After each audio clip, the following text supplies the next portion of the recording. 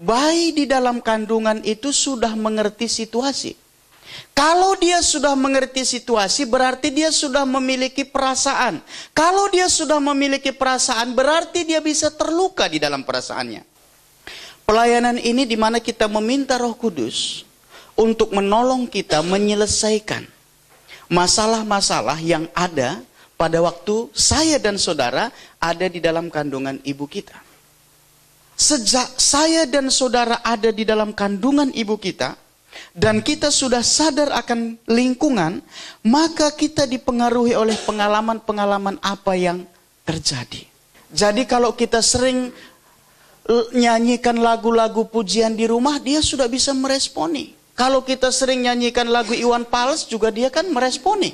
Karena dia sudah bisa mendengar, dia belum tahu mana yang harus dia simpan di memorinya, mana yang belum, tapi dia dengar. Nah, kalau sering bapaknya marah-marah di rumah, kalau sering ibunya itu marah-marah sama bapaknya dan keluar semua kebun binatang, anaknya rekam. Makanya anak kita tanpa kita ajari nakal, dia bisa nakal. Mungkin dia terlalu dekat dengan kakaknya. Jadi baru 1 tahun melahirkan sudah hamil lagi umpamanya. Lalu wah, orang tua merasa malu. Atau mungkin anaknya sudah 5 brojol lagi 1 gitu. Orang tua merasa, aduh kok kita kaya anak ya. Gimana ini ya. Nah, anak sudah punya perasaan. Hamil di luar nikah, saya yakin tidak ada satu orang pun yang senang. Pasti ibunya stres. Pasti ibunya bingung. Pasti ibunya punya pikiran, mbok digugurkan saja.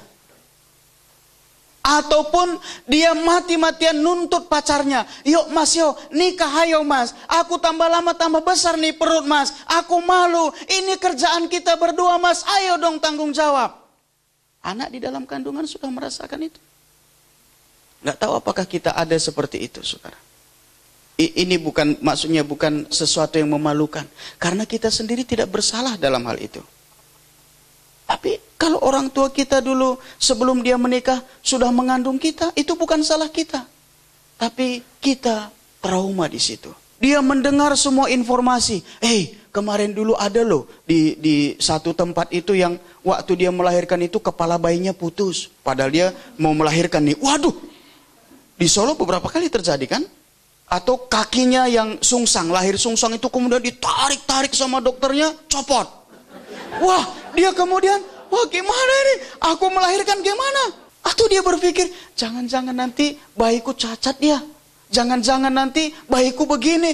Sebetulnya belum terjadi apa-apa. Tapi karena ketakutan itu, bayi yang ada di dalam ibunya itu trauma. Dia merasa tertolak. Banyak faktor mengapa ibunya mau menggugurkan. Ya, tidak selalu faktor negatif menurut dia. Tapi ekonomi, umpamanya lah piye, bagaimana penghasilan kami itu cuma 10 juta 1 bulan, terus lahir lagi anak yang lain lagi mana, pokoknya gitu ya. Alasan-alasan tertentu. Atau, wah, aku kan mau melayani Tuhan. Kalau punya bayi kecil lagi, wah terhambat dong pelayananku. Wah, dia mau menggugurkan dan seterusnya. Di Solo terjadi gejolak yang sangat besar. Dan saya dengan istri pernah melayani orang yang seperti ini. Wah, kasihan. Dia bilang begini, Bu, saya sayang sama anak ini. Tapi kalau saya ingat bapaknya berandalan, bapaknya kurang ajar, bapaknya memperkosa saya mau buang bayi ini. Tapi kalau saya ingat ini pemberian Tuhan, saya kemudian mengurungkan niat saya. Wah, kalau orang diperkosa dan hamil gimana? Wah, berat.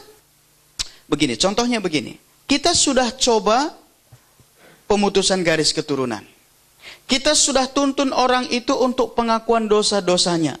Kita sudah tuntun orang itu untuk melepaskan pengampunan. Kita sudah tuntun orang tersebut untuk melepaskan penghakiman. Kita sudah bereskan semua nilai-nilai yang tidak benar. Tapi dia mengatakan, saya belum merasa plong, belum merasa bebas. Kayaknya masih ada sesuatu yang bagi saya itu mengganjal di dalam hati. Nah, kita belum tahu akarnya apa. Di situ kita lakukan pelayanan ini.